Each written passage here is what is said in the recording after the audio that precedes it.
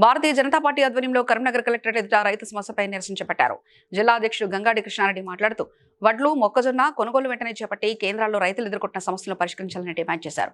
కొనుగోలులో ఆలస్యం, దళాల దోపిడీతో రైతులు తీవ్ర ఇబ్బందులు పడుతున్నారని ఆరోపించారు. కొనుగోళ్లలో కరీంనగర్ జిల్లాలో తీవ్ర ఆలస్యం అవుతున్నది, జాప్యం జరుగుతుందని చెప్పి వెంటనే కొనుగోలు చేయాలి. రైతులను మోసపూరితంగా అక్రమంగా వారి రైతుల నుంచి ఎక్కువ మొత్తంలో డబ్బులు వసూలు చేయడం, ఎక్కువ మొత్తంలో జోకడం ఇవన్నీ చేస్తున్నారు. కాబట్టి వీటిని నివారించాలని డిమాండ్ చేస్తూ కరీంనగర్ కలెక్టరేట్ ముందట భారతీయ జనతా పార్టీ జిల్లా శాఖ ఆధ్వర్యంలో ఇక్కడ నిరసన కార్యక్రమం ఏర్పాటు చేయడం జరిగింది. ఈ సందర్భంగా మేము డిమాండ్ చేస్తున్నాం. వారాలు గడుస్తున్నా, నెలలు గడుస్తున్నా ఇప్పటికీ కళ్ళాల్లోనే ఇంకా వరిధాన్యం ఏదైతుందో ఇప్పటికీ ఇంకా కొనుగోలు చేయట్లేదు.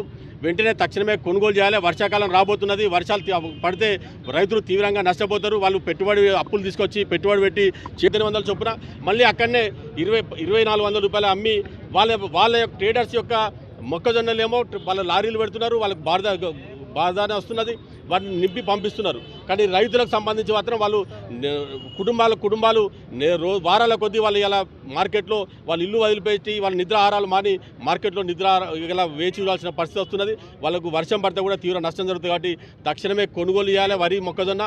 అదేవిధంగా ఎటువంటి తరుగు తాలు పేరు మీద ఈ కటింగ్లు అనే దాన్ని, ఈ దోపిడీని నివారించాలని చెప్పి కోరుతున్నాం.